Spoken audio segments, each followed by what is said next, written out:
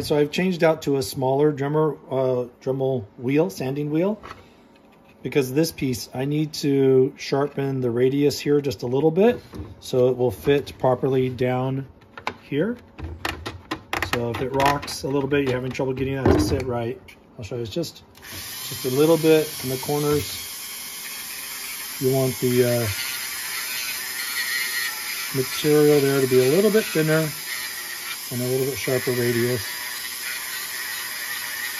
And then you can go around the whole thing a tiny bit, but it's mainly in these corners.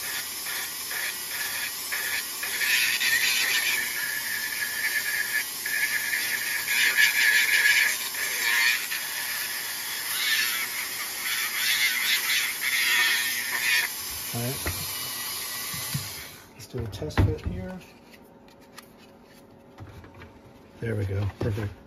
So that lays down all the way. All right, so you don't want to glue this in yet. You got to put in that piece there first, but you want to make sure everything's going to fit. These, you don't have to do any of that. Just make sure it's nice and flat. You will have to notch out this section. So this is where it's here. So it's up here so that the vents go all the way through. But just test fit right there, nice. It's nice and smooth. Test fit. All right, we're looking good so far. We'll move on to the next step. Okay, so on these back boxes here, I mentioned you need to cut this section out. That's so that when these pop on the inside, you actually want to be able to see through those vents. So it's just this long rectangle section you need to cut out on both of them. It's basically starting from down here, about that's 1 and about 3/4, and then it's almost an inch wide. So that kind of gives you an idea where that needs to be. I mean, obviously you can kind of tell when you put that inside. You just want some material above and material below, so when you glue this in, it can adhere. But you definitely want to make sure you've got plenty of space right there. So I've marked both of them, both the same on each side, and I'm just going to use my carpenter's knife, and I got a metal ruler with a cork backed edge, so hopefully it won't slide as too much.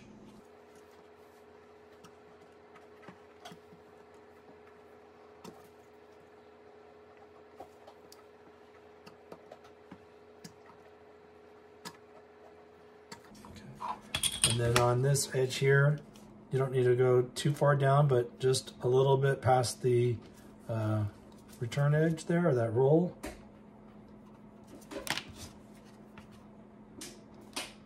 It's a little bit more challenging to cut.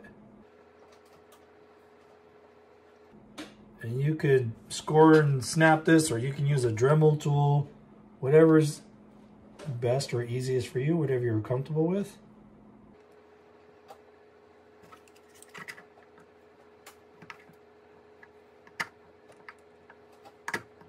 This is a thicker plastic than the main armor, so it will take several passes.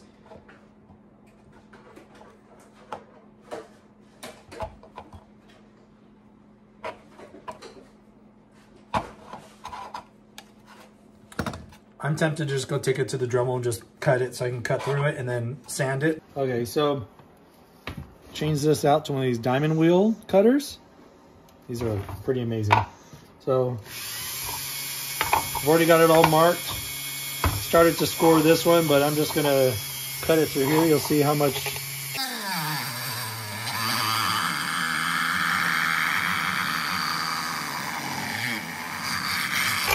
Let me turn the on-paddings up just a little bit more.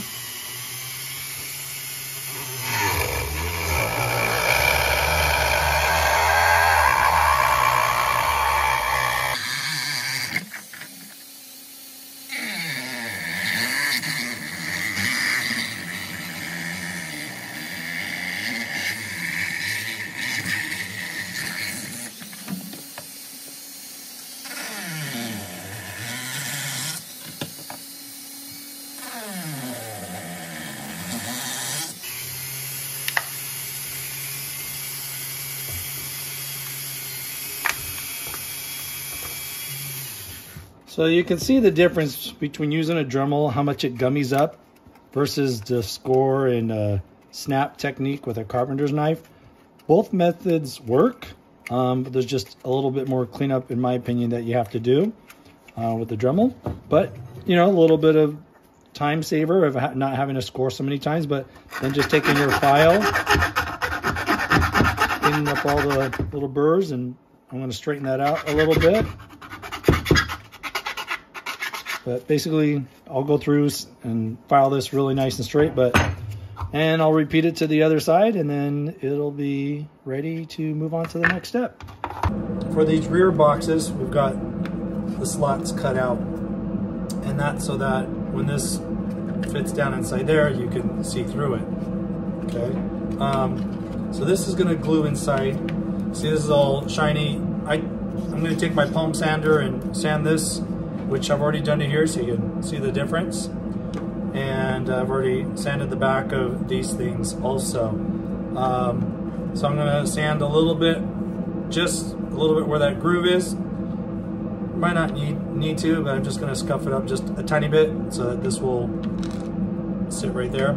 This, you want to make sure these little indentation dimples, that's going to be towards the top. Okay, so the cast piece should have a good finish here. The bottom is where the finish might be really flat or really shiny.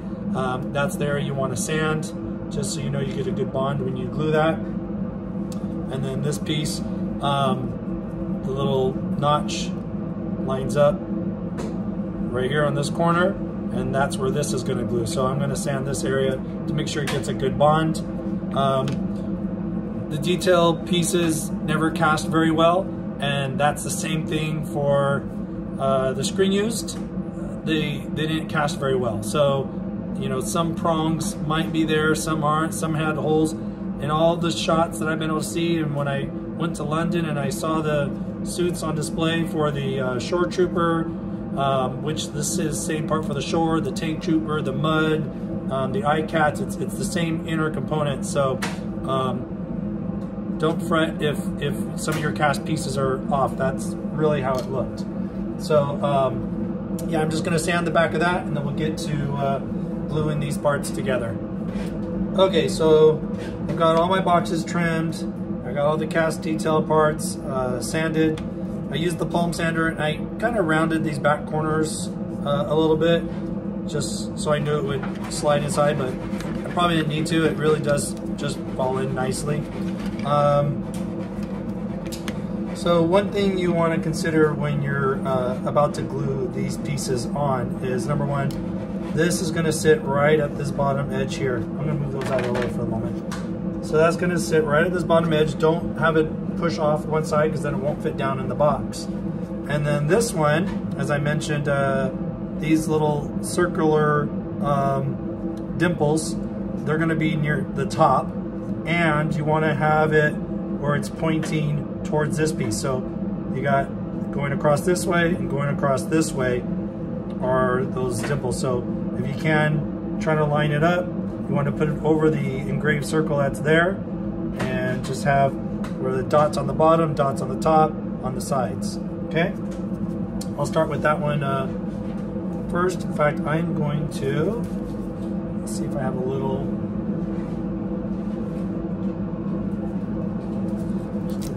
tiny piece of tape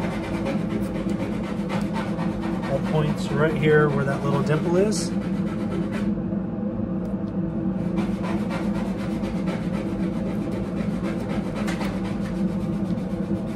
right, that way I can remember I'm going to line that up on the side.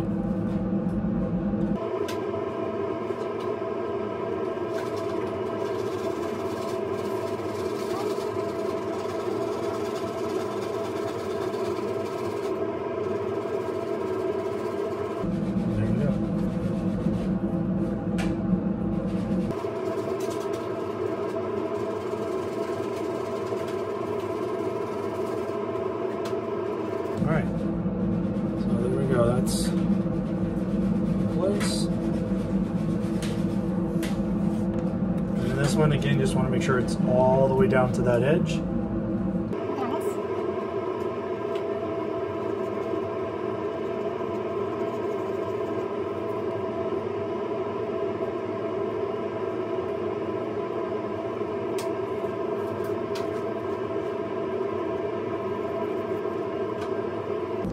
like to have plenty of Q-tips on hand just to help clean up all the edges.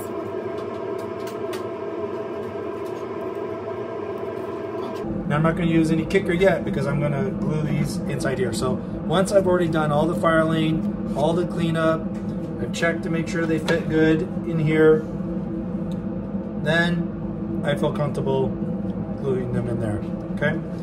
So it really only makes contact here and a little bit on the back wall, but this is your main area. So palm sanded this area and I just hand sanded with some sandpaper here. And the little center dimple nub that was there, I sanded that flat so that wouldn't be in the way. So I'm just gonna add a little CA glue in the top.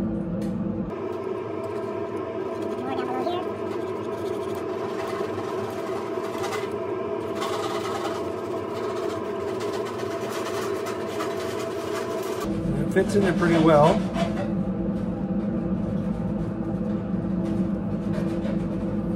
That'll sit.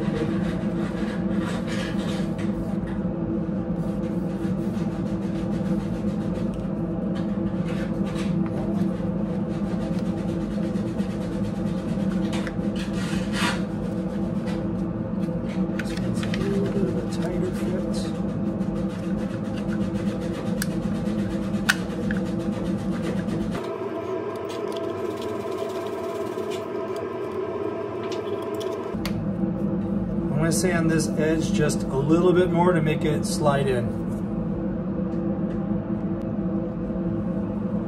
Okay, so I took a palm sander and I just sanded here to taper it down a little bit, kind of round this edge, just a little bit on the sides. Not on the top, I don't want to affect this at all, but I did it just a little bit here so it fit down into the vac form piece. It still fits pretty tight, but I know if I add some glue, I'll be able to push it all the way in. So it's important to always test fit before you glue things. So just so you know, so it'll go in, so it'll push in. But all right, so repeat like it did there. Got the circle piece glued in. That's glued in. Just glue this in place by some C glue up here.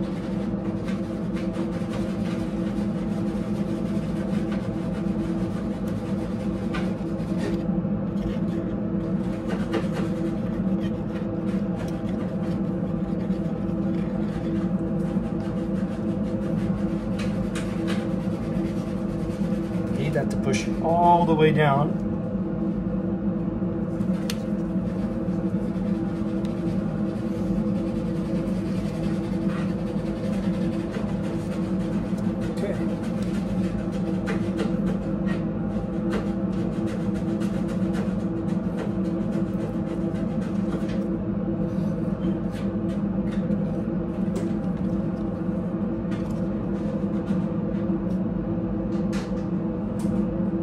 Okay. So again, I don't want to use any kicker because I got it glued in here.